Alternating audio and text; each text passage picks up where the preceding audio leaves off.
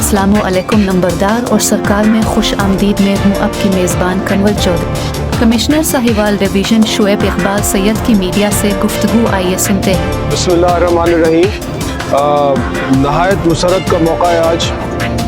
میں اس گفتگو کا آغاز کرنے سے پہلے بچوں کو جنہوں نے پوزیشنز لی ہیں، بچوں کے والدین کو، بچوں کے اساتذہ کو، جنہوں نے مل کے محنت کی اور ان بچوں کو اس قابل بنایا کہ آج وہ ساہیوال کو ریپرزینٹ کرنے کے لیے لاہور کے لیے روانہ ہونے جا رہے ہیں.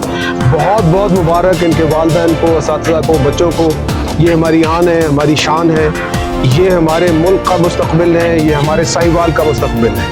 میری دعا ہے کہ اللہ تعالیٰ انہیں اور ہمیں اسی طرح کی اور مزید کامیابیاں عطا کرتا رہے. انہیں توفیق دے کہ یہ محنت کریں وطن عزیز کی کامیابی کے لیے، وطن عزیز کی ترقی کے لیے اور امن امان کے لیے. صرف تعلیم کافی نہیں ہے، ہمیں تربیت پہ بھی فوکس کرنا ہے، اور یہ تعلیم و تربیت کے ذریعے ہی ہم اپنے آپ کو ایک ذمہ دار شہری، ایک ذمہ دار پاکستانی بنا سکتے ہیں اور اس پاکستان کی، اپنے وطن کی ترقی میں اپنا کردار نبھا سکتے ہیں. ایک دفعہ پھر بہت بہت مبارک.